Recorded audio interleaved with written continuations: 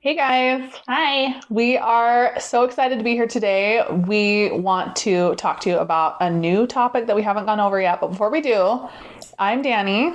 And I'm Britain. We are sisters. We live in Utah. We are Disneyland enthusiasts who visit the parks often from out of state. We are also travel planners, so we can help you book your Disneyland or Disney World or cruise line vacation.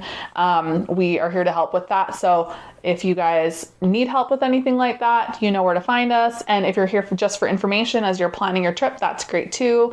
We want to help provide you with any resources we can to help your trip be successful. Yep. Should we get started? Yeah, let's do it. I think today we want to talk about the Disneyland app. So I know in the past you could usually go to Disneyland and just like show up and look at the wait times on the message board as you walk in and like walk up and order food when you feel like it, and you go get like a paper fast ticket. pass. Yeah. Like all the different things was just like way more low tech. Especially since COVID. I mean, even before, but especially since the app has become such like an integral part of how you're able to like function in the park. That if you aren't messing around with it at home before your trip and kind of figuring out getting your credit card information added in, uploading your tickets, all those sorts of things before your trip, you're going to have to be figuring that sort of stuff out boots on the ground. Mm-hmm. Like when you're trying to when your kids are saying, Mom, I want to go on this ride, or I want this snack, or and you're like downloading an app trying to figure out how to like do technology stuff, which is dumb. So it's annoying, and it's not people hate downloading apps that they don't really want or need, but you need this one. This one's important. Yeah. And on that vein, before I forget, because of how much you're using your phone in the park, you really, really, really need some sort of portable battery for your phone, especially if you are the primary person running the show of your fast or your multi-pass lightning lane situation. If you're the one scanning people in and out of the park, if you're doing the majority of the mobile ordering, all those pieces, you need to make sure you have like a external battery. So we get those off of Amazon. We have some in our Amazon store that we like to use that you can link to and check out in the show notes. But having some version of that will be vital. Like you cannot get even the best, newest, highest battery, space phone isn't going to get you through a whole park day if you're using it all of those ways. And then you also want to still take pictures of your family and take videos, and you're still using all the normal stuff on your phone, calling to figure out where part of your family went in the park, and you're still using your normal phone battery plus the app situation. So it's just important to have that external battery pack. Yeah. So don't forget that. But that's surface. Should we get into the app itself? Let's talk about what I made a little list so that we could kind of go over this, and we probably won't hit every topic in great detail, but the app, this is just so you know what you can find within the app if you're looking for it. It has a car locator. So if you have parked your car at the Mickey and Friends parking structure, you can choose the car locator in the app and mark down where your car is parked so you can find it again, what level you're on, what section you're in. So you're not like wandering around the parking structure at night afterwards because you forgot. So there's that. It has mobile order, which we'll go into detail on, and we have talked about it a little bit in our previous food episode as well. You can share barcodes with each other, like your ticket barcodes, and scan everyone's tickets. So like you and your partner could have you and all your kids' tickets on their individual apps. You can log in with your own login and then share that kind of information across. So you don't have to have like one login for that. Britton and I, we scan each other's tickets sometimes, or if we're with friends, or we're doing multi-pass with other people that we're with, you want to be able to scan everyone's tickets together so you can all like get in the same, ride together or whatever. So barcodes, the schedule for the day, you can find information about show times. Also things like where characters are located throughout the park is also going to be in there. You can see wait times for all the rides. You can use PhotoPass, which is if you have Lightning Lane Multipass, it's automatically included. And that's like all the little photographer people throughout the resort, you can get photos from them and then you can upload them into your app. You can also get free ride photos if you have multi-pass, or if you're a Magic Key holder, that also applies to you. Dining reservations are made within the app. You check in within the app. You can make your park reservations through the app and change your park reservations around. It shows you a park map where you can find restrooms and other important things like baby care centers, first aid centers, accessibility things. And that's also where you're going to get your virtual queues. So like right now, Haunted Mansion has a virtual queue that you can get into in the morning or midday. World of Color also has a virtual queue if you want like a pre-saved sort of section for World of Color. So those are kind of the major ones. Can you think of other ones? If you are using the disability access services, that is all in your app. You're going to be scheduling rides through there. Right. But I think those are kind of the main things. I mean, park hours, show times, entertainment show times that maybe will change throughout the day. If there's any like early park closures, it will pop up notifications that are saying, remember, California Adventure closes at 6 p.m. tonight because it's Oogie Boogie Bash or whatever is happening. You'll tend to get little notifications like that. You can do like a mobile checkout. If you're like in World of Disney and there's a big old line, you can scan your items and do mobile checkout. It's really important to have your credit card attached to your app, both for mobile order and for that type of situation, and for making park or dining reservations, you have to reserve it with a credit card. So you're going to want that saved regardless. If you have a Magic Band, the way to attach your Magic Band to your ticket is in the mobile app. So there's just lots of different pieces about it. You honestly, I don't know that you can be in the park without having. I mean, in theory, you could. You could take a paper ticket and scan it that you've printed out from home and take it in and look at the wait time boards. There's like 2 or 3 spots where you can see posted wait times that change by the time you get there to the place you're at. You could walk up and wait in all the queues. You could ask a cast member when the parade is. You could do all those things, but your day is gonna be way less effective, which it kind of sucks on the one hand that everything is so tied up in that, like especially for people who maybe aren't very technologically savvy, or people who are coming from outside of the United States who maybe don't have like a great cell phone plan that's working here, or other things like that. Like it's not necessarily ideal, but also the way that you can plan your day, if you know how to use the app correctly and your technology correctly, like multi-pass, really does make a huge difference in the overall value of your, that you can pack so much more into it. So you win some, you lose some, I guess, but it's a necessary evil at this point, regardless of whether or not you like it or prefer it. So let's talk about a few of those. Why don't you tell us about mobile order dining reservations, and there was another one that kind of falls into that. Maybe it's just those two. So if we've said this before and we'll say it again, if you learn nothing else from us, it's how to mobile order your food. Anytime you walk up to a quick service restaurant and wait in line, you have to wait however long the line is, and then you have to wait for your food to be prepared.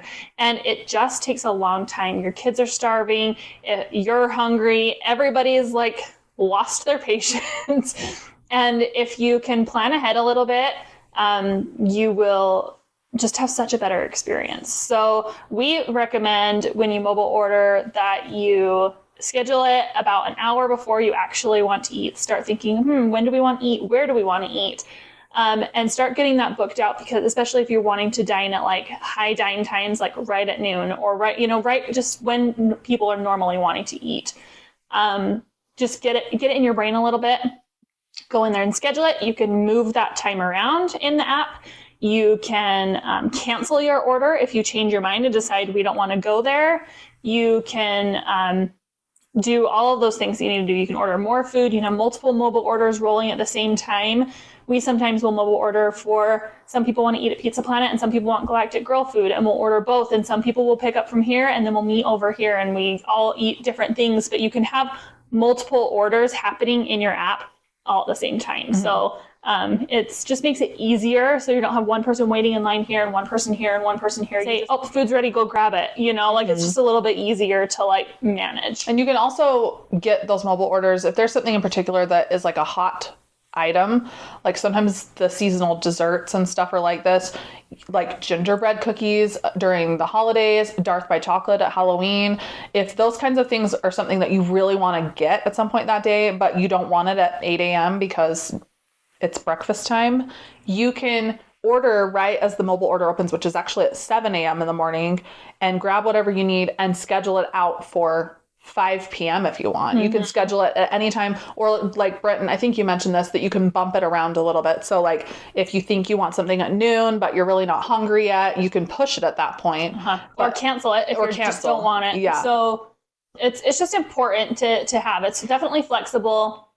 It's super easy. You just check out with your credit card. You can pay for things with a gift card in the app. It doesn't save gift card information, which is kind of annoying, which we always say to in your notes app on your phone to like copy and paste all the numbers, so you can just like copy and paste them back in when you pay if you want.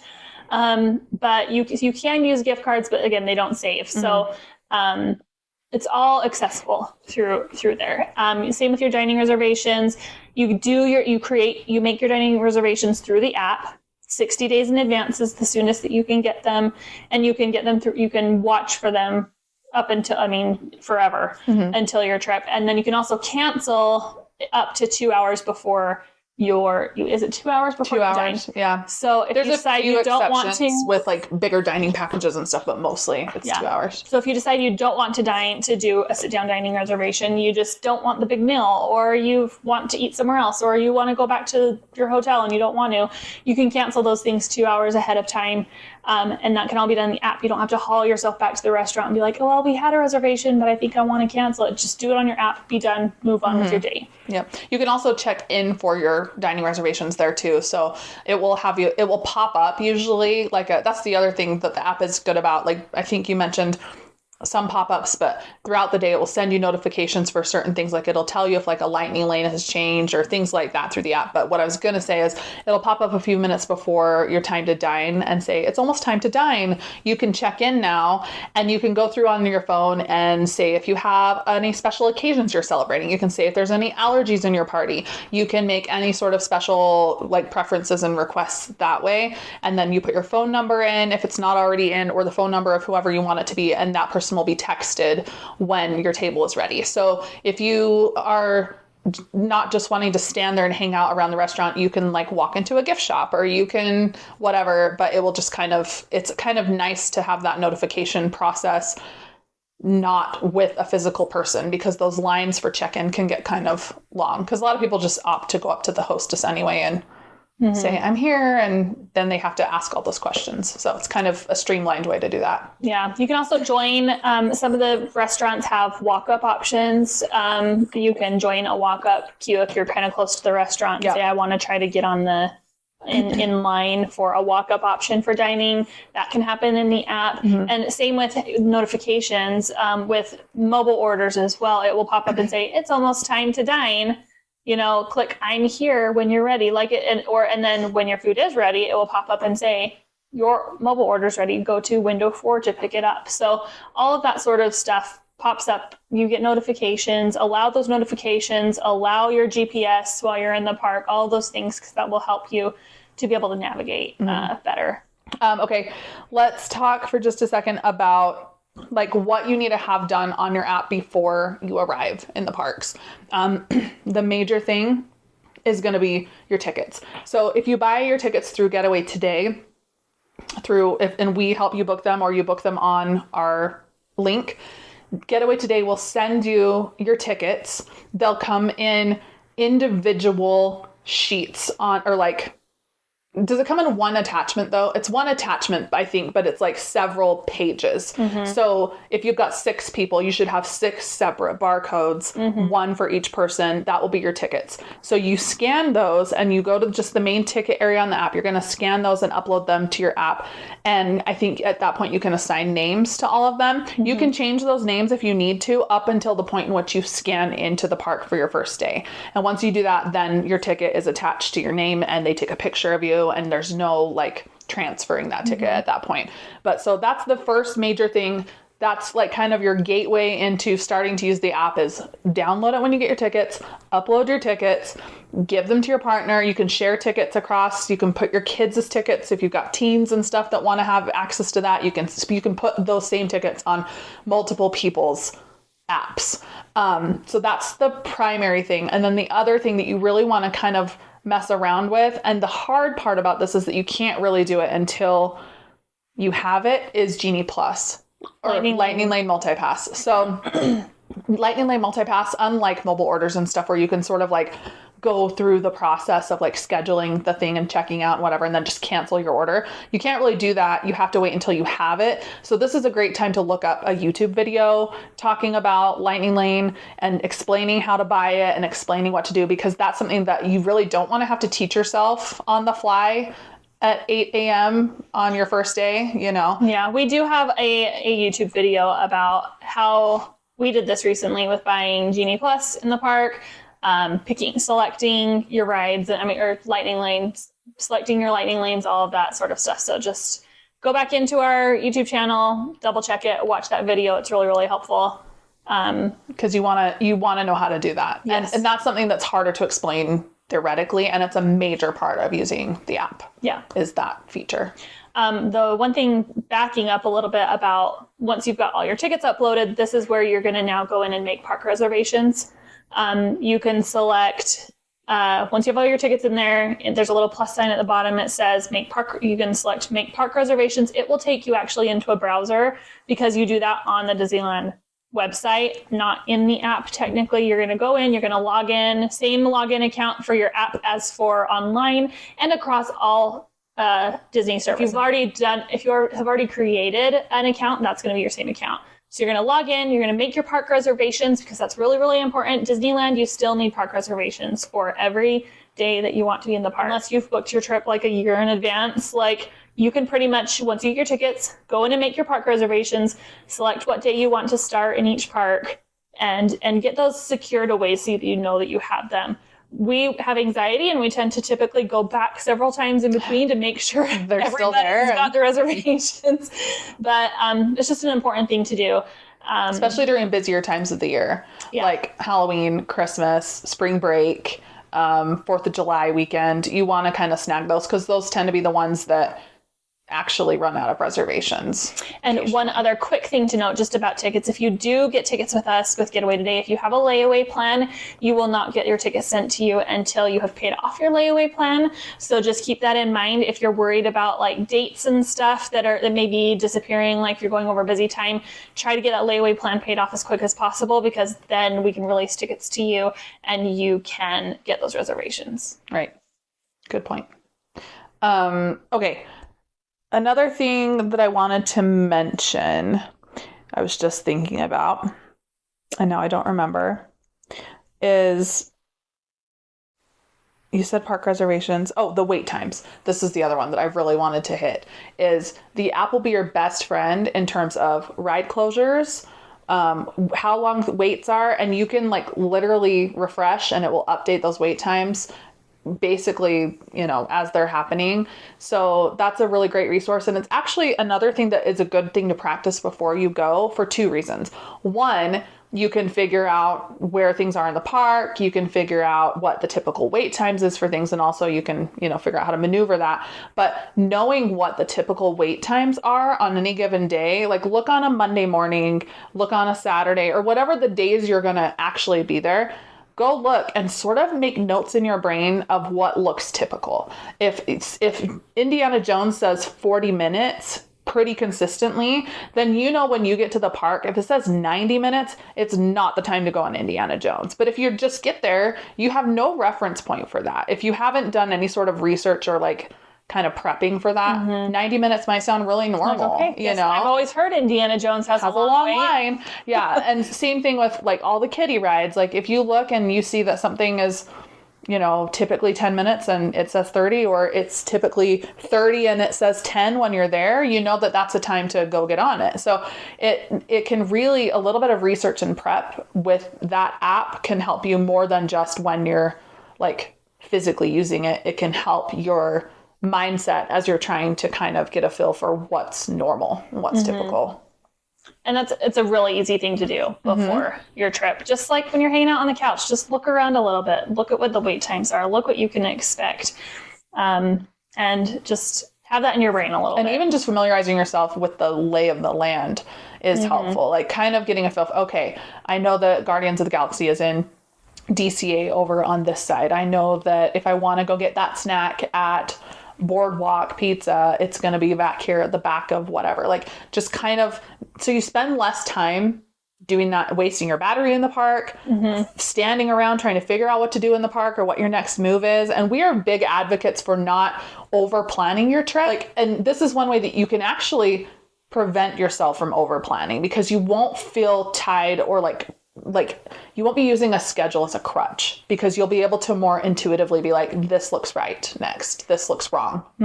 And you can't do that if you've just like written out everything you want to do and you're just going to like follow it along because you don't have a reference point. So that's a big deal. I think that's a huge tool in the app that will make a difference. So I've done this a lot on other theme parks that have been new to me. Like even when I went to Disney World for the first time, when I've been to SeaWorld, I went and like looked at that map and I was walking along, watching my little blue dot like move and be like, do I go right or do I go left? Like what's my best path here? Like I was doing that sort of stuff, which is like so aggravating. you don't want to do that and then. so much a waste of your like effort and time and battery. And if you could feel just a little bit more like, oh no, I mean, and you can double check. You don't have to like memorize. No, it's not. You don't have to be the map. Well, because even when you're not there, you might get like a basic lay of the land, but you're not going to have any context for distance is the big thing. So you might think that something seems right next to something else, and really there's like a whole stretch of space between it. And that's something that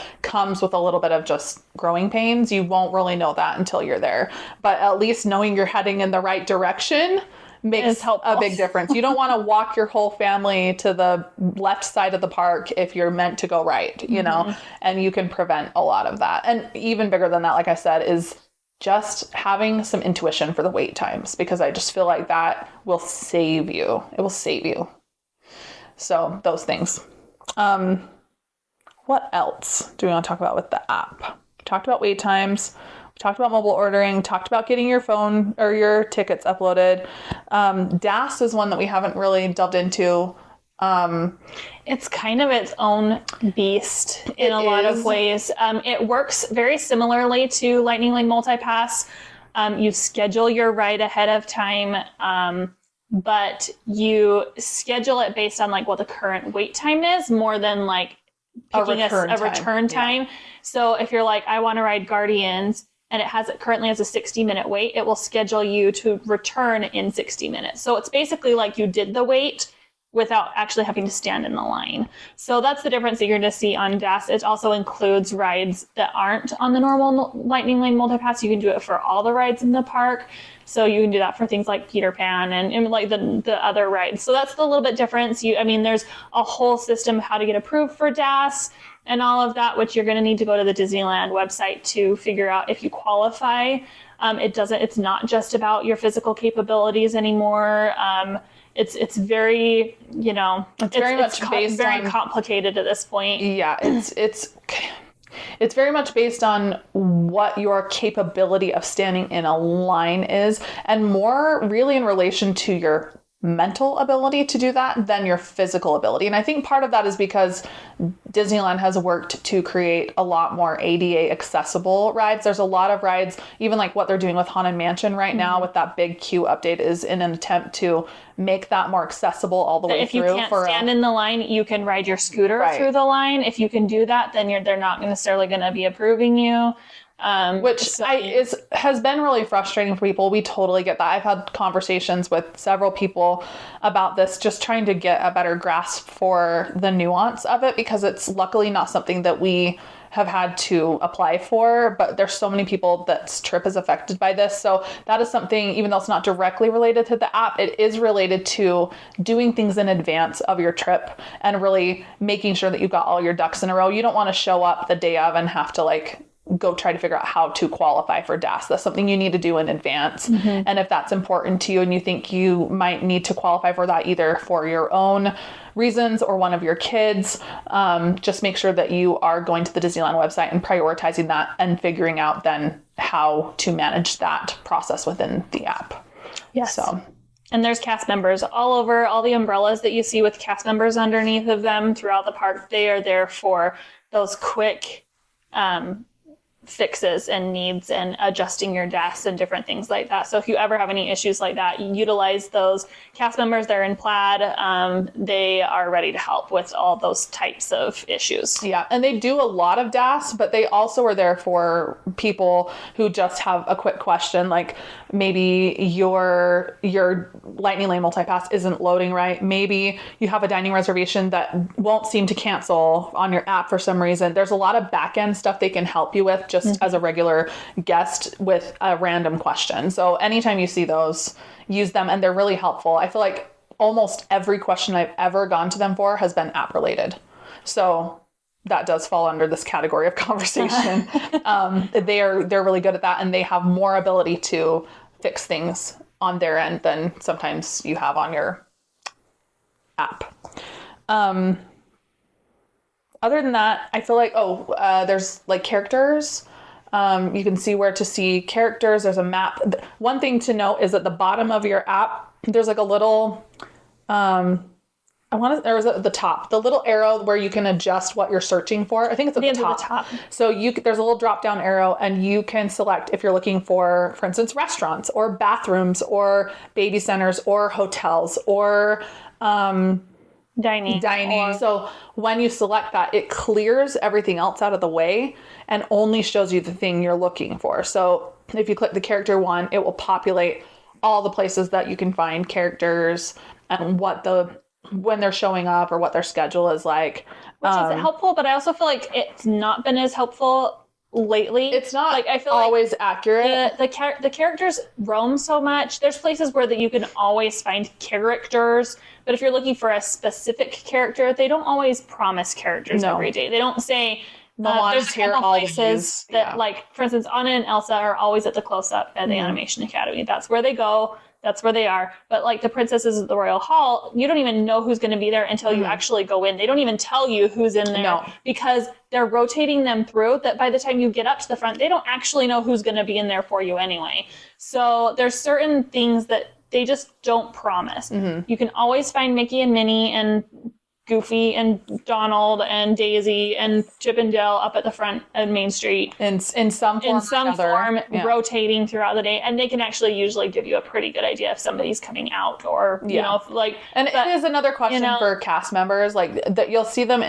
they wear these little polos that sort of have like animated characters on them. Those are the character cast members. It usually says like ask me about a character. They have like a little badge that says that. They can't, like Brenton says, they can't promise things to you, but they can give you sort of like a, you know, sort of like the other day we were wondering who was coming out next, and he's like, I don't know, but I think it might be a certain cow that everyone loves, you know, and it's Clarabelle. You know, he wouldn't like flat out be like, Clarabelle's coming in 10 minutes, because even backstage there could be things going on that maybe he thinks it's Clarabelle, but that's not who ends up walking out. And they really don't ever want to promise anything that they can't deliver on. But when it comes to characters, you can use that as a guide. If it's wrong, it's wrong, but at least you have kind of an idea of even what areas to kind of keep your eyes peeled for people. And like Britton says, there's typical characters that you can almost find every day. Like Fantasyland almost always has the Mad Hatter and Alice at some point, Captain Hook at some point, Peter Pan and Wendy at some point, and mostly in the morning. Like really often in the morning you'll find those ones. And then Tinkerbell's always at Pixie Hollow, or not always, but when that's open, it's Tinkerbell. Up in Toontown, you're always going to find Mickey and Minnie at their houses. They often have, Daisy and Clarabelle and Pete roaming around and stuff. So, Chip and Dale. You kind of know about what to expect, but they just don't make promises. No. Because their schedule is kind of out there. And really, honestly, a good chunk of some of the magic of Disney is all of a sudden running into some character that's wandering around. And Disneyland, even more than places like Disney World, they have a lot of roaming characters, more than is typical. There's not a lot of like meet and greet lines, really. There's a lot of ability to see them. And if not, you can wait for a parade. There's options to see people. And again, always ask cast members, be like, what is my best chance of seeing Tiana? My daughter really wants to see Tiana. And they can help kind of guide you. Figure out what's the best thing. Well, and really the moral of this entire podcast episode is essentially, even though it's really good to be prepared and do all the work that you can in advance, it's also really important to be flexible. It's also really important to realize that the things that we're saying right now, or the things that you've practiced on your app, may not be exactly what you expect when you get there, whether that's the characters, whether that's parades being canceled or fireworks being canceled, whether that is not getting the reservation you want, whatever the thing is, or even just having technical difficulties, like your ticket's not loading or your app being weird, and now you're relying on it because Danny and Britton said you need your app and it's not loading. What do? That you allow yourself to feel the permission to pivot when necessary. That this isn't your like one and only way to have a good day is the app working exactly like you anticipate it, because it's a piece of technology that is not super reliable and that thousands of people are using at the same time. Yeah. And so you have to kind of be able to rely a little bit on the whole like analog system at the same time. Get in your brain your backup plans and the things that you know, and then let the app be a tool for that, but don't let it be a crutch, because that's when you're in trouble. But at least if you've prepared and you know different things that have happened or how about to do things, and if your only option is to go wait in line for food somewhere, go wait in line. Don't do that. Don't do that. No. Find a new place to eat. Cancel it. Starve. Yeah. I mean, you're going to find yourself in some random line at some point, whether it's to get app help or to wait for food or whatever's the thing. Like, it's not going to be perfect. It's just going to help. And you got to let it help and not let it be your like live or die situation. So I think that's really the moral of the app story. It's very important, but don't let it be the most important. And again, if you have any questions with the app, with scheduling your trip, with any of those things, we are here and ready and willing to help with all of those things. We're happy to help you book your trip, find the right hotel and ticket type, and adding or not adding lightning lane to your ticket, all of those things. We're happy to help get those things scheduled for you. So send us a message, fill out a quote form. We're happy to help with any and all of those things. So thanks for being here.